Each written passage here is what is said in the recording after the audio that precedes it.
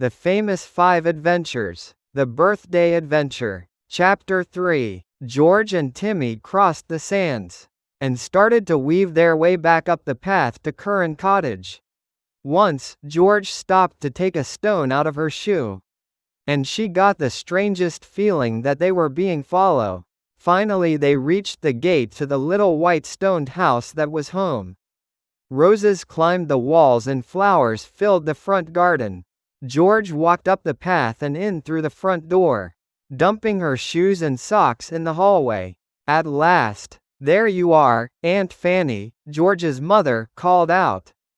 "We wondered where you had got to. Look what I found." George held out the box. It was washed up on the shore. "All it needs is a bit of a clean. Then it will make the perfect present for Alf." "That's not the only thing that needs a bit of a clean," Aunt Fanny scolded, looking down at George's sandy feet.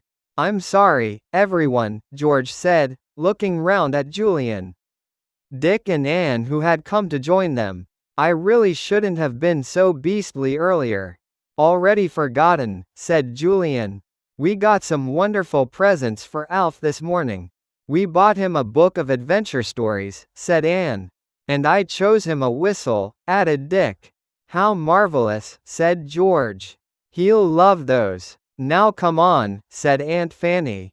"You'd better wrap those presents. There's some wrapping paper in the drawer.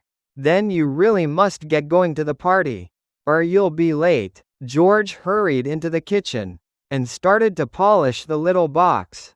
In no time at all it was as good as new. She wrapped it up, then hurried up the stairs to get ready. As George ran upstairs, something caught Timmy's attention at the kitchen window and he growled suspiciously. Two faces were peering into Curran Cottage, eyeing up the nearly wrapped box on the table. It was the two men from the beach.